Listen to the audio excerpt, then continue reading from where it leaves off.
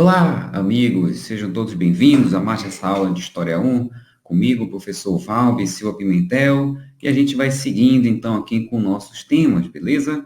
Muito bem, nas aulas anteriores falamos um pouco mais sobre a Primeira Guerra Mundial, falamos também sobre a Revolução Russa. A gente vai dar prosseguimento com relação a esse panorama internacional, falando um pouquinho aí sobre a crise 29 e o New Deal, né, que também vão ser fundamentais aí para entendermos não só o contexto mundial, né, europeu, a partir da década de 30, mas para entender também as suas influências, né, aqui na nossa história nacional, aqui na nossa história do Brasil, beleza? Então vamos lá, vem comigo e a gente vamos entender, né, um pouquinho desse tema, que é bem simples, não é nada difícil. Muito bem, pessoal. Importante lembrarmos um pouquinho o cenário do pós-Grande Guerra, né, no mundo. Já falamos um pouquinho disso, né, mas não custa nada nós lembrarmos. Depois da Primeira Guerra Mundial, né, também chamada Grande Guerra, a Europa estava em crise. Lembra que a Europa até então era o centro do mundo, né, tinha colônias, inclusive na Ásia, na África, e a partir da guerra, né, toda a Europa vai estar em crise, uma vez que há necessidade, né, de se reconstruir, de reestruturar sua indústria, e por conta disso que vai precisar de um grande apoio, então, dos Estados Unidos, certo? Tanto os países vencedores da guerra, quanto mais ainda, né, os perdedores, obviamente. Além disso, nós vamos ter a vitória da Revolução Bolchevique na Rússia, que nós falamos aí na aula passada também, né? Então, a Europa estava destruída, a Rússia agora era um regime comunista, né, inspirado no marxismo, beleza? E isso também é algo fundamental de termos em mente, uma vez que a Revolução Russa vai trazer, né, esse meio dessa aversão ao comunismo, ok? E aí, diante de todo esse cenário, os Estados Unidos vão sair como grandes beneficiários da guerra, uma vez que, como comentamos, com a Europa em crise, havia necessidade, então, né, de alguém que pudesse vender, né, produtos industriais, até mesmo alimentos. Havia necessidade também de crédito para reconstruir esses países, para reestruturar essas indústrias. E aí os Estados Unidos, então, surgem no cenário internacional, aumentando seus negócios internacionais, principalmente vendendo produtos, mercadorias para os países europeus, e também como credor das dívidas europeias. Lembra que a gente acabou de falar, precisava, né, de alguém prestar dinheiro, né, um crédito para essas economias. E os Estados Unidos vão emprestar, né, bastante dinheiro, né, para esses países, para eles se reconstruírem. E aí, nesse cenário, os Estados Unidos, então, se beneficia, ok? Vamos adiante. E aí, olha só, o que está rolando nos Estados Unidos, então, nesse contexto?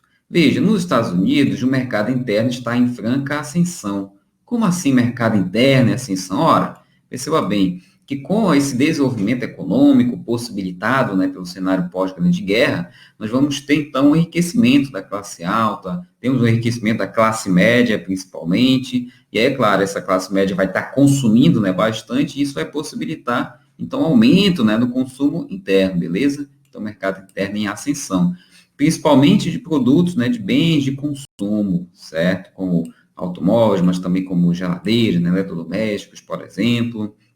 Lembra que aí vai estar sendo pregado, né, o American Way of Life, o modo de vida americano, pautado no consumismo. E aí o que acontece? Além disso, os Estados Unidos vão adotar uma postura protecionista com relação ao mercado internacional. Opa, então perceba, os Estados Unidos querem liberdade econômica, né, para todo mundo comprar seus produtos. Porém, internamente, os Estados Unidos vai adotar uma postura protecionista, ou seja, vai vender muito, porém não vai comprar, né, vai comprar muito pouco, né, quase nada dos outros produtos, porque vai criar várias barreiras alfandegárias para que as pessoas comprassem o que era produzido dentro dos Estados Unidos e não comprassem o que era fora. E isso, é claro, vai gerar um problema aí para frente. Durante a década de 20, devido a todo esse cenário, a gente vai estar vendo um processo de euforia diante do crescimento econômico, certo? Então, quer dizer, os Estados Unidos crescia tanto economicamente, uma velocidade tão rápida, que todos achavam, então, que esse crescimento ia ser para sempre. E aí é uma euforia louca, né? Os Estados Unidos, então, percebam, né, aumentando aqui sua renda, e aí as pessoas, o que acontece diante de todo esse cenário, vai começar a fazer o quê? Investir na Bolsa de Valores de Nova York.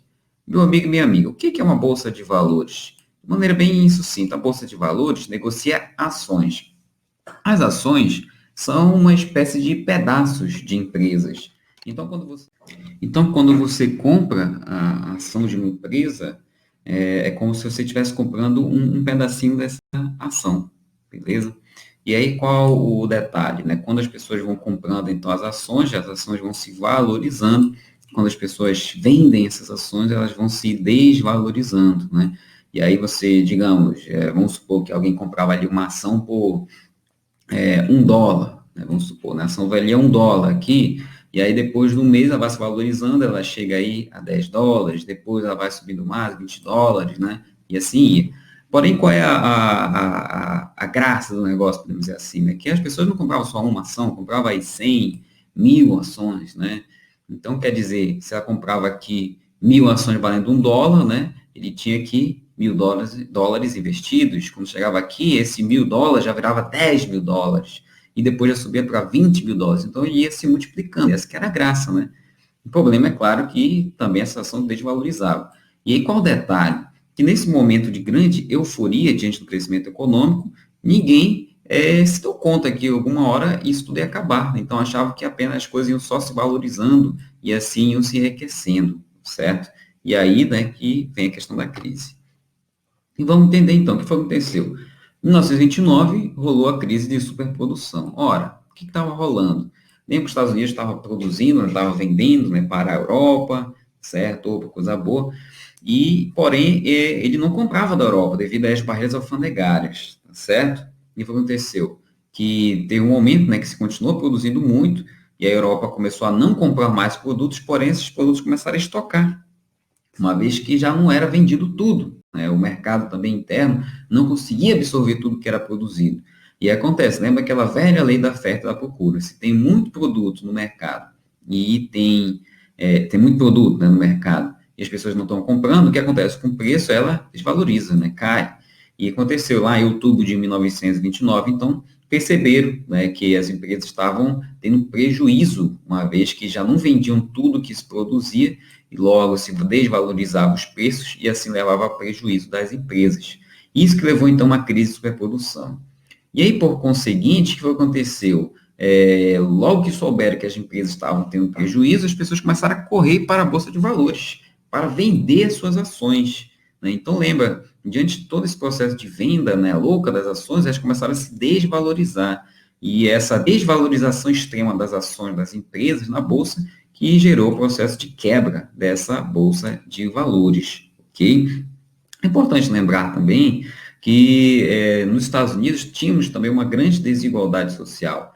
A classe média estava em ascensão, porém a classe trabalhadora tinha poucos recursos, né? Então, enquanto a classe média consumia bastante, né, estava enriquecendo, a classe trabalhadora continuava desvalorizada, mesmo produzindo tanto, custava com poucos direitos, baixos salários, tá certo? E isso também levou à crise, uma vez que a classe trabalhadora, se recebe pouco, não tinham como consumir tanto, e isso levou também a essa crise de superprodução, certo?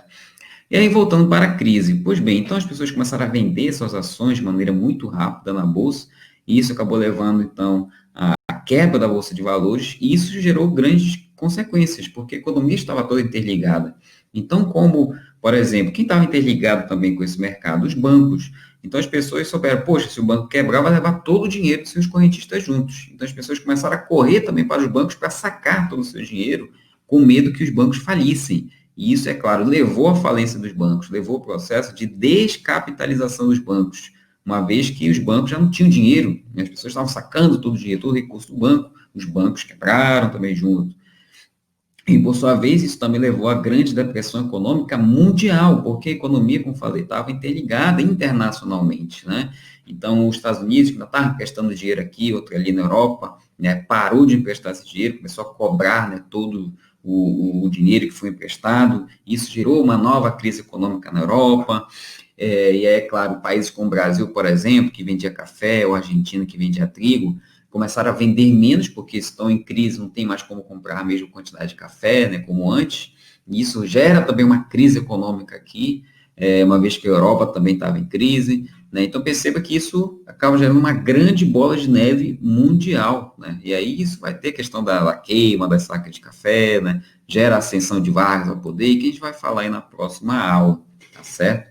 Que mais, além dessas consequências? Vamos ter, logicamente, falência vamos ter também o desemprego, obviamente, vamos ter paralisação das atividades produtivas, né, uma vez que se está tendo desemprego, as pessoas não consomem, então não tem como produzir, né, já que não vai ter para quem vender, logo temos também miséria, e aí na Europa nós vamos ter o fortalecimento do fascismo italiano, já está no poder ali desde 22, né, que a gente vai comentar lá na frente, bem como também vai possibilitar a ascensão do nazismo na Alemanha, lá em 1933, com resultado de toda essa crise. Então, como a gente falou, essa crise vai gerar uma grande bola de neve, gerando consequências no mundo todo, né? Inclusive aqui no Brasil, obviamente, que a gente vai comentar aí na próxima aula. E aí, é claro, você pergunta, mas professor, como é que vai ficar as coisas? Não tem solução? Vai ter solução, sim, vai demorar um pouquinho, mas vai aparecer. E essa solução se chama New Deal, ok?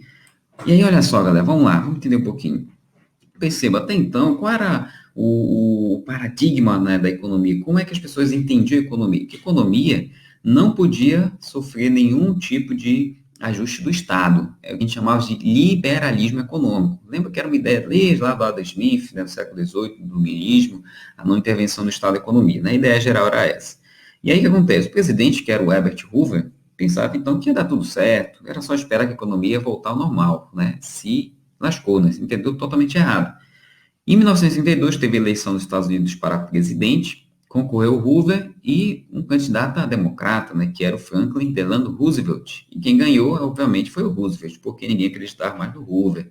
E o Roosevelt foi eleito com um grande projeto, um grande plano econômico chamado New Deal. Vamos entender, então, o que foi o New Deal? Veja, o New Deal, então, foi um grande programa de reformas, né, medidas econômicas. A gente pode citar aqui como principais medidas a geração de empregos através de obras públicas, por exemplo. Né? Então, vamos fazer obras públicas para gerar emprego lá na construção civil, vamos construir estradas, vamos construir barragens, prédios públicos, etc., para possibilitar a geração de empregos. Vamos fornecer empréstimos também, né, para que os empresários possam restabelecer suas empresas. Vamos dar subsídios a agricultores. O que acontece? Uma das causas também da crise de superprodução era porque se produzia muitos alimentos. Antes eram vendidos para a Europa, porém os europeus pararam de comprar esses alimentos e eles continuaram a ser produzidos em grande escala, gerando toda aquela desvalorização. Então o governo pagava subsídios a agricultores para que eles produzissem menos. Produzindo menos, evitaria a nova superprodução, né? E é claro, pagava então um dinheirinho para o agricultor, né, para compensar, né, o que ele não produzia, certo? Criou-se o salário-desemprego, diminuiu-se a jornada de trabalho, olha só, a jornada de trabalho que era extenuante, foi diminuída essa jornada para possibilitar também, né, novos empregos. Isso buscou também a intervenção no setor econômico e financeiro, né? Lembra que o que predominava era a não intervenção.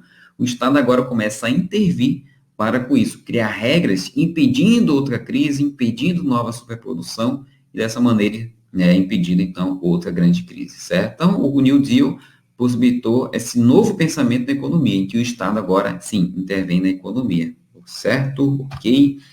E aí, para a gente fechar, né, de onde veio essa ideia do New Deal, dessa intervenção do Estado na economia? Veio, né, das ideias desse cara aqui, desse bigodinho, né, John Maynard Keynes, que era economista britânico. O que acontece? O Keynes, ele criticava o liberalismo econômico. Então, aquilo que todo mundo acreditava que era o certo, ele ia lá e dizia, olha, tá errado, porque uma hora ou outra vai dar erro, né? Vai dar uma crise. O pessoal dizia que ele estava doido. Mas quando, Keynes? Para com isso. Até que veio a crise de 29 e perceberam que as coisas não eram bem assim. E aí, o que acontece? O Keynes, quais as ideias do Keynes? Ele pregava, em linhas gerais, maior presença do Estado na economia, certo? E aí, essa ideia a gente chama de keynesianismo. Então, o Estado deveria estar mais presente na economia, regulando a economia, também promovendo políticas sociais, né, para diminuir a pobreza. Tudo isso achava que era balela, até que veio a crise de 29. E aí o New Deal veio colocar em prática as ideias de Keynes. E essas ideias de Keynes foi que possibilitou a emergência do Estado de Bem-Estar Social, chamado Welfare State. Né? O que é o Estado de Bem-Estar Social? É o Estado que adota políticas sociais que visem diminuir a miséria, a pobreza, a desigualdade social. Né? Então, quer dizer, quando se cria políticas para diminuir essa pobreza, a gente chama, né, de Estado de Bem-Estar Social. E isso, é claro, tem um reflexo econômico, porque se você possibilita a diminuição da pobreza, as pessoas consomem mais, compram mais. Se as pessoas compram mais, Isso gera, então, desenvolvimento econômico. A economia gira, gera-se empregos, né, renda e tudo mais. E dessa maneira, gerando então desenvolvimento, né, e etc, certo? Então, daí que surge o welfare state. É claro que esse estado de bem-estar social a gente até podia ver em outros países, como na Alemanha, no século XIX, já tinha algumas políticas sociais nesse caminho, porém, a partir, né, da adoção pelos Estados Unidos, dessa política que ela se populariza e aí é adotada também, né, em vários outros países, vários outros estados. Então, uma consequência, é um reflexo, né, das ideias do Keynes aqui, depois da crise 29. Beleza? Então é isso, galera. Aqui a gente tinha para falar hoje, né? Espero que tenha dado para entender, né? Bacaninha. E aí, no mais, vamos fazer exercício então, né? Ver se a gente entendeu. Beleza? Então, até a próxima. Deixo vocês com essa frase, né? Do Spinoza. Né? Vamos tentar, né? Entender tanta loucura que a humanidade faz, né? Porque, pelo amor de Deus. Mas pode parecer clichê, né? Mas vamos usar aquela frase. Vamos tentar entender um pouco mais da nossa história, né? O que aconteceu, para evitar de fazer tanta besteira, né? Hoje em dia. Valeu, galera. Abraço a todos e tchau.